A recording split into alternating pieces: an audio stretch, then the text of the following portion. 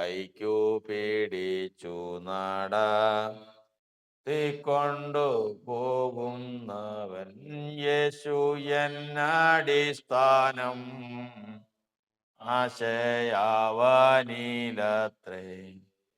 യേശു എന്നടിസ്ഥാനം ആശയാവനിലത്രേ. ആശ്വാസത്തിൻ പൂർണ്ണത യേശുവിൽ കണ്ടേ ഞാനും.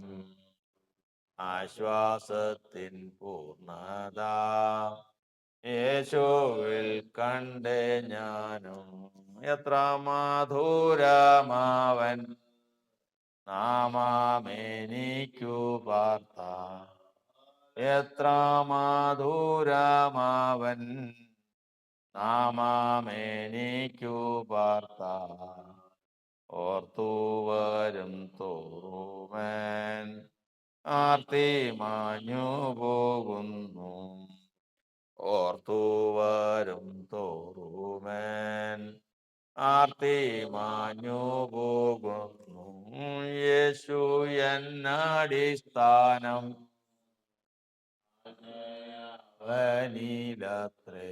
യേശു എന്നടിസ്ഥാനം ആശയാവനിലത്രേ. ആശ്വാസത്തിൻ പൂർണ്ണത യേശുവിൽ കണ്ടേ ഞാനും. ആശ്വാസത്തിൻ പൂർണ്ണത യേശുവിൽ കണ്ടേ ഞാൻ. നമ്മളിന്ന് വായിച്ച സങ്കീർത്തനത്തിൻ്റെ 142 സങ്കീർത്തനത്തിൻ്റെ 3-4 വാക്യങ്ങൾ വായിക്കുമ്പോൾ, എൻ്റെ ആത്മാവ് എൻ്റെ ഉള്ളിൽ വിഷാദിച്ചിരിക്കുമ്പോൾ നീ എൻ്റെ പാതയെ അറിയുന്നു. ഞാൻ നടക്കുന്ന പാതയിൽ അവർ എനിക്ക് ഒരു കണി ഒളിച്ചു വെച്ചിരിക്കും. കർത്താവിൻ്റെ തിരുനാമത്തിന് മഹത്വം ഉണ്ടാകുമാറാണ്. ദൈവത്തിൻ്റെ വചനത്തിൽ നമ്മൾ പഠിക്കുന്നത് മനുഷ്യരൊക്കെയും യാത്രക്കാരാണ്. എല്ലാ മനുഷ്യരും തങ്ങളുടെ ഒരു ഉദ്ദേശം ഹൃദയത്തിൽ വന്നാൽ അത് സാധിക്കാനുള്ള വഴി വീണ്ടും തിരഞ്ഞെടുക്കും. ഉദ്ദേശം സാധിക്കാനുള്ള വഴി തിരഞ്ഞെടുത്തു കഴിഞ്ഞാൽ പിന്നെ ആ വഴിയിൽ കൂടി അങ്ങ് യാത്ര ചെയ്യുകയാണ്. ഇതിൽ നമ്മൾ ഉദ്ദേശം തിരഞ്ഞെടുക്കുന്ന കാലഘട്ടം 1, വഴി തിരഞ്ഞെടുക്കുന്ന ഘട്ടം 2, അതിന് പുറപ്പെടുന്നത് 3, ലക്ഷ്യത്തിലെത്തുന്നത് 4. ഈ 4 ഘട്ടങ്ങൾ നമുക്ക് നമ്മുടെ ഉദ്ദേശത്തെ സാധ്യമാക്കാൻ നമ്മൾ ഗ്രഹിക്കണം. ഒരു കാര്യത്തിന് വേണ്ടി നമ്മൾ ചിന്തിച്ചു, ആ ചിന്തിക്കുന്ന കഴിഞ്ഞിട്ട് അതിനു വേണ്ടി പുറപ്പെട്ടു, ആ ലക്ഷ്യത്തിൽ എത്തി. എന്നാൽ ഇതിന് പ്രധാനപ്പെട്ടൊരു ഘട്ടമുണ്ട്. നമ്മളൊരു കാര്യം ചിന്തിക്കുന്നതിന് മുമ്പേ തന്നെ അതിനു വേണ്ടി ആ സാഹചര്യം ഒരുങ്ങുന്ന ഒരു ഘട്ടമുണ്ട്. ഈ ഘട്ടം നമ്മളിത് ചിന്തിക്കുമെന്നും നമ്മൾ ആ ലക്ഷ്യം ഓർക്കുമെന്നും അവിടെ പോകുമ്പോൾ ഇന്ന കാര്യങ്ങളുണ്ടെന്നും എല്ലാം അതിനു മുമ്പേ അറിയുന്ന ഒരു ദൈവമുണ്ട്. അതായത് കർത്താവിനെ ക്രൂശിക്കാൻ വിധിക്കുമെന്നും വിസ്തരിക്കാൻ കൊണ്ടുപോകുമെന്നും അപ്പോൾ രാത്രിയിൽ പത്രോസും കൂട്ടരും പിറകെ ചെല്ലുമെന്നും എല്ലാം കർത്താവിനറിയാം. പത്രോസിനറിയാൻ പാടില്ല. പത്രോസ് പിന്നീടാണ് ചിന്തിക്കുന്നത് കർത്താവിനെ പിൻപറ്റണം, കർത്താവിന് പിന്നാലെ പോകണം. എന്നാൽ അതിനു മുമ്പേ തന്നെ അതായത് പത്രോസ് കർത്താവിനോട് കൂടെ അല്ലെങ്കിൽ കർത്താവിനെ പിൻചെല്ലണം എന്ന് ചിന്തിക്കുന്നതിന് മുമ്പേ തന്നെ കർത്താവ് പറയുകയാണ്, ഇന്ന് കോഴി കൂവുന്നതിന് മുമ്പ് നീ എന്നെ 3 വട്ടം തള്ളി പറയും. എന്നെ തള്ളിപ്പറയും എന്നുള്ളത് കർത്താവ് അപ്പോസ്തലനായ പത്രോസിനോട് പറയുന്നതാണ്. അപ്പൊ അവിടെ നിന്ന് നമ്മൾ ചിന്തിക്കുന്നത്, നമ്മൾ മനസ്സിലാക്കുന്നത്, നമ്മളൊരു കാര്യത്തിന് വേണ്ടി പുറപ്പെടാൻ പോകുമ്പോൾ ആ വഴിയിൽ എന്തെല്ലാം ദുർഘടങ്ങളുണ്ടോ, ആ വഴിയിൽ എന്തെല്ലാം തരണം ചെയ്തിട്ടുണ്ടോ, എന്തെല്ലാം കാര്യങ്ങൾ ചെയ്തിട്ടുണ്ടോ, ഇതൊക്കെയും ദൈവം അറിയുന്നു. അതിലെന്തെങ്കിലും കുറവുണ്ടെങ്കിൽ അത് ദൈവം തീർക്കും. അതിന് വേണ്ടിയിട്ട് നമ്മൾ പറയും. അവിടെയാണ് പത്രോസിനോട് പറഞ്ഞത്, പത്രോസേ, നീ എന്നെ തള്ളിപ്പറയും. പത്രോസ് പറഞ്ഞു, ഞാൻ തള്ളിപ്പറയും. ഞാൻ നിന്നോട് കൂടെ മരിക്കാനും കൂടെ തയ്യാറായിട്ടിരിക്കുക. ഞാൻ നിന്നെ തള്ളിപ്പറയുമെന്നോ? അത് ശരി, അത് ശരി. ഇന്ന് നീ പറയുന്ന സാഹചര്യമല്ല നിന്റെ വഴിയിലുള്ളത്. ഏത് മനുഷ്യനും സാഹചര്യങ്ങൾക്ക് അടുത്തവണ്ണം പ്രവർത്തിക്കാൻ നിർബന്ധിതനാകുന്നതാണ്. അതുകൊണ്ട് ഒരു മനുഷ്യനും, അതുകൊണ്ടാണ് വചനത്തിൽ നമ്മൾ പഠിക്കുന്നത്, പരീക്ഷയിലേക്ക് ഞങ്ങളെ പ്രവേശിപ്പിക്കില്ലേ. കാരണം പരീക്ഷ ജയിക്കാൻ തക്കതായ കെൽപ്പുള്ള ഒരു മനുഷ്യനും ഇല്ല. അതാ കർത്താവ് അങ്ങനെ തന്നെ പഠിപ്പിച്ചത്. ദൈവത്തോട് പ്രാർത്ഥിക്കുമ്പോൾ നിങ്ങൾ ഇങ്ങനെ പ്രാർത്ഥിക്കണം, പരീക്ഷയിലേക്ക് ഞങ്ങളെ പ്രവേശിപ്പിക്കരുതേ. എന്നിട്ട് പറഞ്ഞു, രാജ്യവും ശക്തിയും മഹത്വവും എല്ലാം നിനക്കുള്ളതാണ്. നീ പരീക്ഷിക്കണ്ട. ഒരു മനുഷ്യനെയും പരീക്ഷിക്കാതെ തന്നെ അവൻ ആരാണെന്ന് ദൈവത്തിനറിയാം. പിന്നെ എന്തിനാ പരീക്ഷിക്കണേ? അതുകൊണ്ട് ദൈവമേ, എനിക്ക് പരീക്ഷ സഹിക്കാനുള്ള കൽപ്പൊന്നുമില്ല. ഇന്നത്തെ സാഹചര്യത്തിൽ, ഇന്നത്തെ നിലയിൽ നിന്നുകൊണ്ട് ഞാൻ പറയും, സങ്കീർത്തനക്കാരൻ പറഞ്ഞ പോലെ, ഞാൻ ഒരു കാലത്തും തെറ്റിപ്പോവുകയില്ല എന്ന് എൻ്റെ സുഖകാലത്ത് ഞാൻ പറഞ്ഞു. നല്ല സാഹചര്യങ്ങളെല്ലാം നല്ലതാണ്, നല്ല ഒരു കുഴപ്പമില്ലാത്ത സാഹചര്യമാണ്. ആ സാഹചര്യത്തിൽ നിന്നുകൊണ്ടാ പറയുന്നത് എന്താണ്, ഞാൻ ഒരിക്കലും തെറ്റിപ്പോവില്ല. അങ്ങനെയല്ല. വഴിയിലേക്ക് ഇറങ്ങുമ്പോഴാണ്, നീ ഒരു ലക്ഷ്യം കണ്ടുകൊണ്ട് വഴിയിലേക്ക് ഇറങ്ങുമ്പോഴാണ് സാഹചര്യം മാറുന്നത്. ആ സാഹചര്യത്തിൽ എന്തെല്ലാം വരുമെന്ന് ഒരിക്കലും പ്രതീക്ഷിക്കാത്ത ഒരു സാഹചര്യം, ഒരിക്കലും.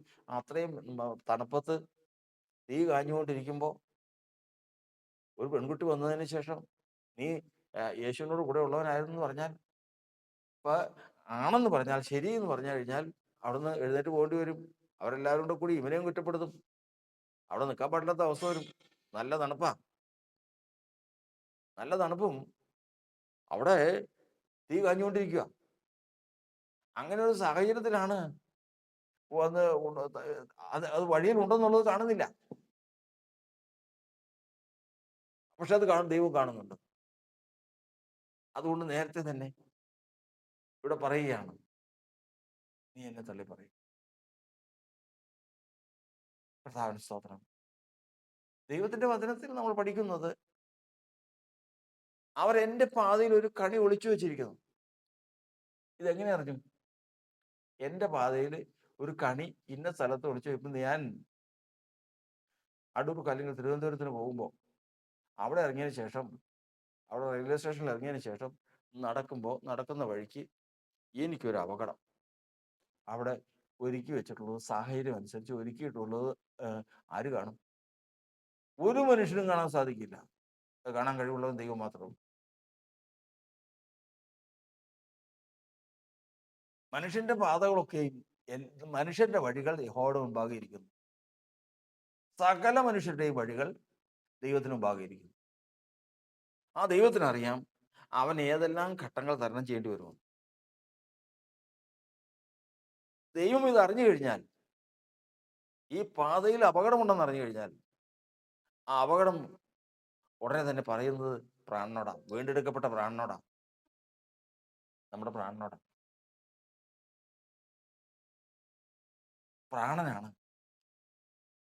പ്രാണനാണ് അത് മനസ്സിലാക്കുന്നത്. എങ്ങനെ? കർത്താവ് പറഞ്ഞു, നിങ്ങളുടെ ഇടയിൽ ഒരു പ്രവാചകനോ ദർശകനോ ഉണ്ടെങ്കിൽ ഞാൻ അവനോട് സ്വപ്നത്തിലും ദർശനത്തിലും അവനോട് സംസാരിക്കും. മുഖാമുഖമായിട്ടല്ല. അത് മോശയോടും കർത്താവിനോടും. മോശയോടും, പഴയ നിയമത്തിൽ മോശയോടും പുതിയ നിയമത്തിൽ യേശുവിനോടും മാത്രമേ വ്യക്തമായിട്ട് നേർക്ക് നേരെ കൂട്ടുകാർ സംസാരിക്കുന്ന പോലെ സംസാരിക്കുന്ന അവരോടോ. ബാക്കിയുള്ളവർ മനുഷ്യരോടൊക്കെ സംസാരിക്കുന്നത് സ്വപ്നത്തിലും ദർശനത്തിലാണ്. അപ്പൊ സ്വപ്നത്തിലും ദർശനത്തിലും പ്രാണനോട് കർത്താവ് സംസാരിച്ചു. എന്താ? ഇന്ന് നിങ്ങൾ പോകുന്ന വഴിക്ക് ഒരപകട ശത്രു ഒരുക്കി വെച്ചിട്ടുണ്ട്, അത് ഇന്ന സ്ഥലത്താണ്, സൂക്ഷിക്കണം എന്ന് വെച്ച് കഴിഞ്ഞാൽ, എന്ന് തീരുമാനിച്ചു കഴിഞ്ഞാൽ, എന്ന് പ്രാണനോട് പറഞ്ഞാൽ, ആ സ്വപ്നം അവന് മനസ്സിലായി. ഞാൻ എന്തൊരു സ്വപ്നം കണ്ടു, എൻ്റെ പാതയിൽ ഒരു ശത്രു ഒരു കണി ഒരുക്കി വെച്ചിട്ടുണ്ടെന്ന് കണ്ടു. കണി ഒരുക്കിയത് എങ്ങനെയാ? അവിടുന്ന് ഒരാള് ഇറങ്ങിയപ്പോ, റെയിൽവേ സ്റ്റേഷനിൽ നിന്ന് റോഡിലേക്ക് ഇറങ്ങിയപ്പോ, ബാഗൊക്കെ പിടിച്ചോണ്ട് ഇറങ്ങിയപ്പോ ബാഗ് ഇത്തിരി മുഴുത്തതാ. ഒരു ഓട്ടോറിക്ഷക്കാരൻ റോങ് സൈഡ് കയറി അങ്ങ് പോയി. കയറി പാഞ്ഞ് ഇത്തിരി സ്പീഡിലങ്ങ് പോയി കഴിയുമ്പോൾ ഈ പെട്ടിയെ തട്ടി. രണ്ടുപേരും കൂടെ കൂടി, ഈ പെട്ടിയും അത് പിടിച്ചിരുന്ന ആളും കൂടെ കൂടി കാനയിലും സാരമായ ചില മുറിവുകളും ചതവുകളൊക്കെ പറ്റി. ഏതായാലും ചത്തില്ല, എല്ലാവരും കൂടെ പിടിച്ച് കയറ്റി. അപ്പോ ഇത് ദൈവം അറിഞ്ഞില്ലേ ഇത് സംഭവിക്കുമെന്ന്? അവൻ രക്ഷിക്കപ്പെട്ടവനല്ലേ? അതെ. അവന്റെ പ്രാണനോട് കർത്താവ് പറഞ്ഞു. കർത്താവ് നീതിമാനാ, പറയാതിരിക്കില്ല. പിന്നെ എന്തുകൊണ്ട് സംഭവിച്ചു? പ്രാണനോട് പറഞ്ഞത് അവൻ അറിഞ്ഞില്ല. പ്രാണനോട് എങ്ങനെ പറഞ്ഞു? പ്രാണനോട് പറഞ്ഞത് ദർശനത്തിലും സ്വപ്നത്തിലും. അപ്പോ ഇവൻ എന്തുകൊണ്ട് അത് അറിഞ്ഞില്ല? അവങ്ങളുടെ ദർശനവും സ്വപ്നവും മനസ്സിലാക്കാൻ സാധിക്കാതെ പോയി. അതുകൊണ്ട് തന്നെ കർത്താവിന് സ്തോത്രം, ദൈവത്തിന്റെ വചനം പറയുന്നത്, ദൈവത്തിന്റെ വചനത്തിൽ നമ്മൾ പഠിക്കുന്നത്, മനുഷ്യന്റെ വഴിയിൽ ദോഷം വെച്ചിരിപ്പുണ്ടെങ്കിൽ ദൈവം അത് അവനോട് പറയാതിരിക്കില്ല. അവനോട് പറയാതിരിക്കില്ല. ഇനി ഇവൻ അറിഞ്ഞ് ഇത് ഗണ്യമാക്കി ഒരുവനോട് ഇത് ദൈവം പറഞ്ഞു, സ്വപ്നത്തിലോ ദർശനത്തിലോ ഇത് ആലോചന കൊടുത്തു, നിനക്കൊരു അപകടം ഉണ്ടോ? അപകടം ഉണ്ടെങ്കിൽ ഇവൻ എങ്ങനെ ഇതിനൊഴിയും?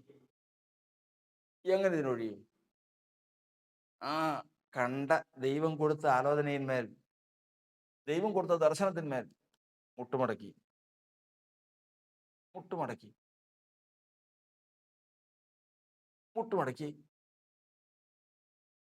അവിടെ ചെന്നു, യാത്ര ചെയ്ത് അവിടെ ചെന്നു. റെയിൽവേ സ്റ്റേഷനിൽ നിന്ന് പുറത്തേക്ക് ഇറങ്ങി ഈ പെട്ടി കൊണ്ട് പുറത്തേക്ക് ഇറങ്ങുന്നതിന് മുമ്പേ തന്നെ ഈ സംഭവം ഉണ്ട്. ഒരു ഓട്ടോറിക്ഷ പാട്ട് പോയി. അപ്പൊ അയാൾ പറയാം, ഓ, ഒരു സെക്കൻഡ് വൈകിയെങ്കിൽ, ഒരു മൂവ്മെന്റോടുകൂടി ഞാൻ മുമ്പോട്ട് നീങ്ങിയെങ്കിൽ ഇന്ന് ഞാൻ ഉണ്ടാവില്ലായിരുന്നു. ഈ താമസിപ്പിച്ചതാരാ? ഇവിടുന്ന് ഒരിക്കലും ഒരു സംഭവം ഉണ്ടായി. ഒരാളുടെ ഒരു പുഴു ഒരു റോട്ടിൽ കൂടി, പുഴു എന്ന് പറഞ്ഞാൽ അതൊരു മുഴുത്ത ഒരു പച്ച കളറുള്ള അത് റോഡ് മുറിച്ച് കിടക്കുക. അപ്പോ അത് താമസിക്കാതെ എപ്പോഴും വണ്ടി വരുന്ന ചെറിയ വണ്ടികളൊക്കെ വരുന്ന ഒരു റോഡാണ്. ഈ റോഡ് അങ്ങോട്ട് മുറിച്ച് കിടക്കുമ്പോൾ ഏതെങ്കിലും വണ്ടി വന്ന് അതിൽ കയറി കഴിഞ്ഞാൽ ആ റോഡ് മുഴുവനും അതിൻ്റെ മാംസം കൊണ്ടും അതിൻ്റെ വെള്ളം കൊണ്ടും വൃത്തികേടാവും.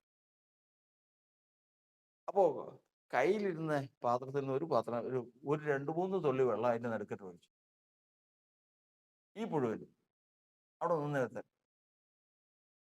കയ്യിലിരുന്ന ഒഴിച്ചതോടുകൂടി ഈ പുഴു സ്പീഡിൽ അങ്ങോട്ട് പോയി. സംഭവിച്ചതെന്നറിയോ? നോക്കിക്കൊണ്ട് നിൽക്കുമ്പോൾ ഈ പുഴു അങ്ങ് കടന്നു പോയി, ഒരു വണ്ടി അങ്ങ് പോയി.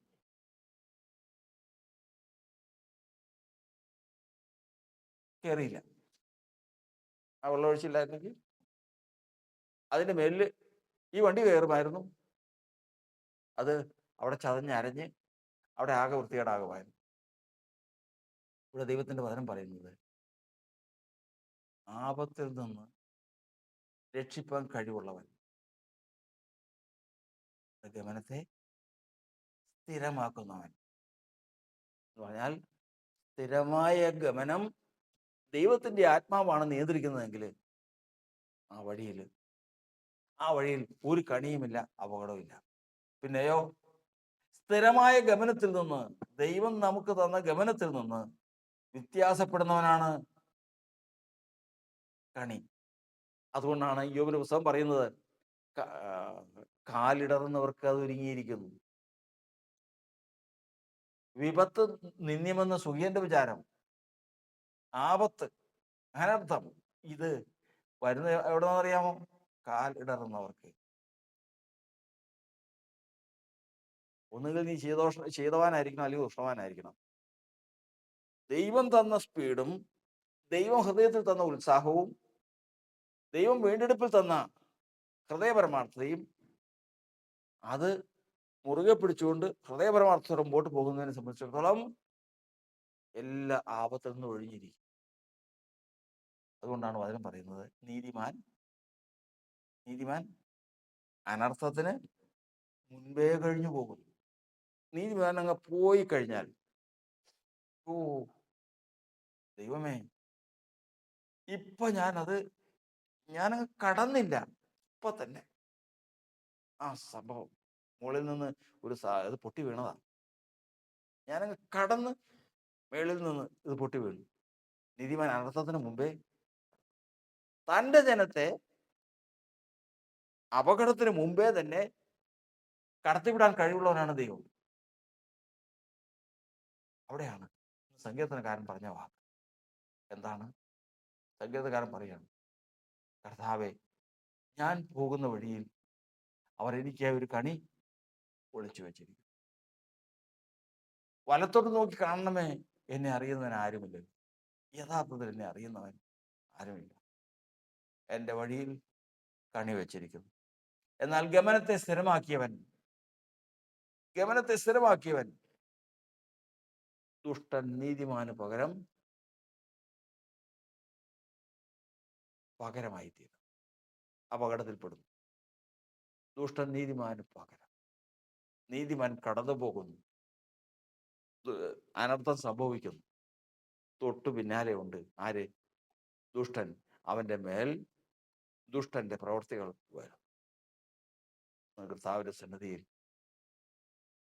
സന്നിധിയിൽ അനർത്ഥം വ്യസനകാരണമായി തീരാതെ വണ്ണം നമ്മെ കാക്കുന്ന ദൈവം ഇന്നും നമ്മോടൊപ്പം ഉണ്ട്. നമ്മുടെ ആപത്തിലും അനർത്ഥങ്ങളിലും നമ്മെ കാക്കുവാൻ കഴിവുള്ളവൻ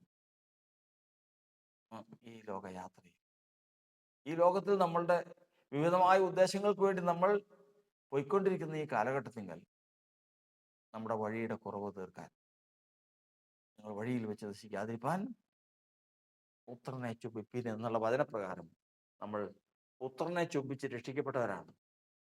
ഇനി വഴിയിലെ കുറവ് തീർക്കേണ്ടത് നമ്മുടെ കർത്താവാണ്. അനർത്ഥത്തിന് മുമ്പേ നമ്മെ നടത്തിക്കൊണ്ടു പോകുവാൻ കഴിവുള്ളവൻ, അനർത്ഥത്തിന് മുമ്പേ നമ്മെ അനർത്ഥത്തിൽ നിന്ന് വിടുവിച്ച് കൊണ്ടുപോകാൻ കഴിവുള്ളവൻ ഇന്ന് നമ്മോടൊപ്പം ഇരുന്നുകൊണ്ട് നമ്മെ വഴി നടത്തുമ്പോൾ സങ്കീർത്തനക്കാരൻ പറയുന്നത് പോലെ, എൻ്റെ ആത്മാവ് എൻ്റെ ഉള്ളിൽ വിഷാദിച്ചിരിക്കുമ്പോൾ നീ എൻ്റെ പാതയെ അറിയുന്നു. ഞാൻ നടക്കുന്ന പാതയിൽ അവർ എനിക്ക് ഒരു കണി ഒളിച്ചു വെച്ചിരിക്കുന്നു. ഇന്ന് നമ്മൾ ഇത്രയും സംസാരിച്ചതിൻ്റെ കാരണം, ഇന്ന് നമ്മൾ ദൈവസന്നിധിയിൽ കർത്താവിനോട് ഒരു തീരുമാനം, ഒരു ചിന്തിക്കുകയാണ്. കർത്താവേ, ഞങ്ങളുടെ വഴിയിൽ ശത്രു കണി ഒളിച്ചു വെച്ചിട്ടുണ്ടെങ്കിൽ, ഞങ്ങളുടെ വഴിയിൽ ആപത്തുണ്ടെങ്കിൽ, അത് ആപത്തിന് മുമ്പേ ഞങ്ങൾ ആ സ്ഥാനം കടക്കുവാൻ തക്കവണ്ണം